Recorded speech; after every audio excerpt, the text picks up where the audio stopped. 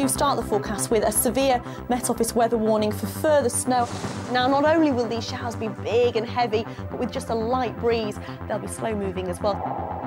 Well, a beautiful start to the day, but don't be fooled because it is going to turn rather showery.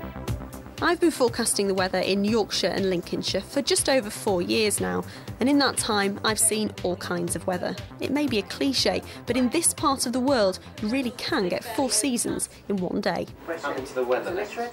Now, most of the time I like to think we get the forecast right, but occasionally things can go wrong, and that's what makes the job so challenging. And we're going live in just a minute. Come take a look. This is a cloudy all day. We get more from Keeley in just a moment.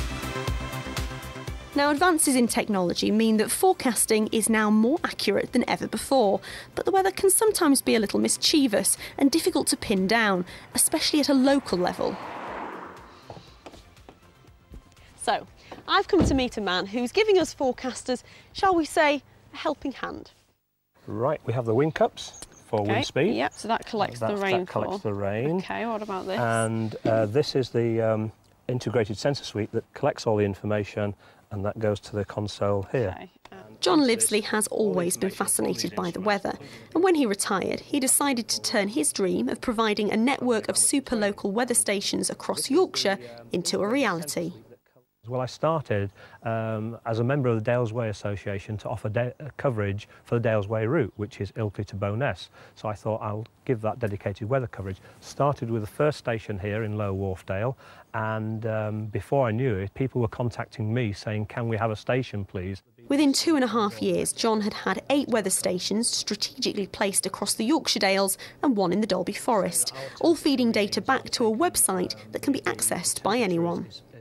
So the information off the console gets fed into the system. Correct. And it's displayed here in these various different That's right. charts. So you have temperatures, UV, solar, different rain gauges, a forecast. You can just see that the anemometer's swung around there. It's in real time. It's not animated. That is real time.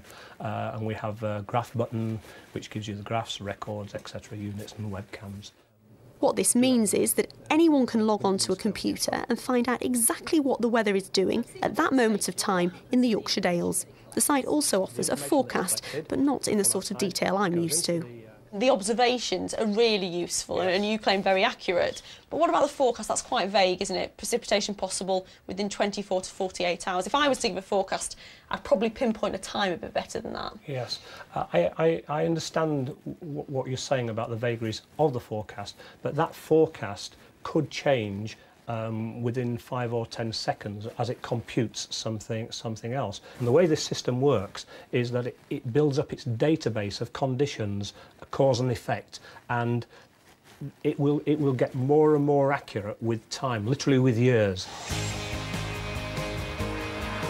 For John, the project, which he calls My Local Weather, really is a labour of love, but it can also be quite time-consuming. Today, there's a problem up at Ribblehead. They have frequent power cuts, which computers don't like, so that may be a combination of factors that's causing the problem. And it's remote, and it's unmanned, and it's cold, and it's wet, and it's grey. But apart from that, it's a great day. In between putting in new stations and maintaining existing ones, it's almost become a full-time job. And as I speak, we have rebooted this, and I'm fingers crossed as we speak it's doing what it should do and downloading it much faster, I can tell just by the way the digits are going. Next stop, the Wensleydale Creamery, where there's a problem with wind.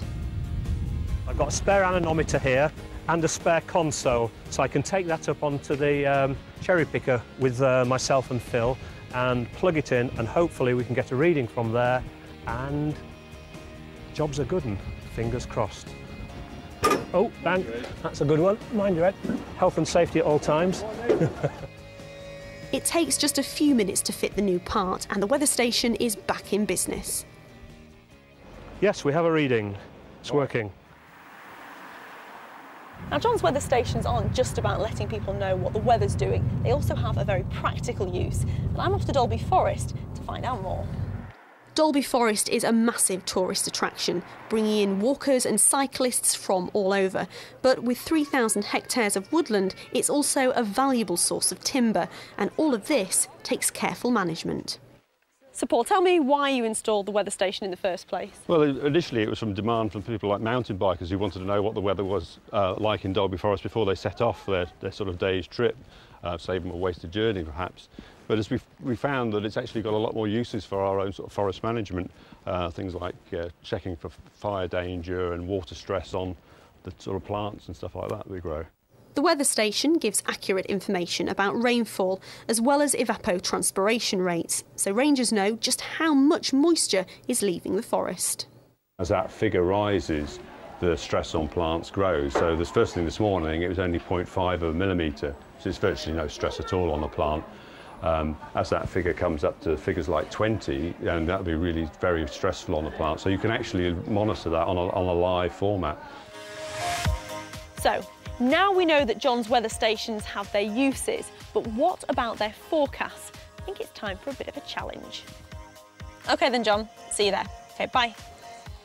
So, here's the plan. We've set a date in the future, the Kilnsey show, and on that day, John's going to give his forecast, I'm going to give mine, and we'll see who gets it right. Now on to the weather prospects. Keeley is here and it's the Kilnsey show today. Keeley, how's it looking? I'm afraid it's looking a bit cool and cloudy, and if I were going, which I am, I'd probably take my brolly because there is the risk of the odd light shower. John Lucy. Good morning, John. Good morning, How are Keeley. you? I'm very well, thank you. And yourself? Yes, I'm very well, thank you. So, I've done my forecast. Yes. And I think, in summary, it's going to be probably fairly cloudy, probably mostly dry, but there could be the odd light shower, and fairly cool as well. What about you? From the readings at Kilnsey Park, the cloud base is quite low. It's a light wind, and it is saying that there are increasing clouds with little temperature change, but precipitation is possible within 24 to 48 hours. Sadly, a gloomy day, I think, for us all. Right then, John, well, I'll see you there. The Kilnsey show always falls on the Tuesday after the August bank holiday. It attracts thousands of visitors, so an accurate forecast is vital for the organisers. Very tidy. She's a good effort on her legs, good walking effort.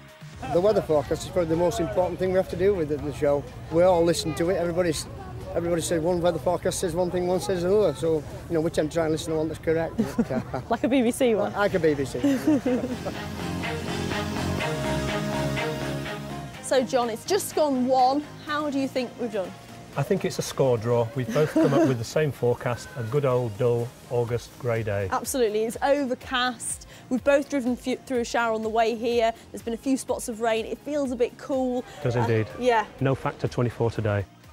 Having these extremely local weather stations can certainly be of use to some people and can be best used to complement the forecasts issued by the Met Office.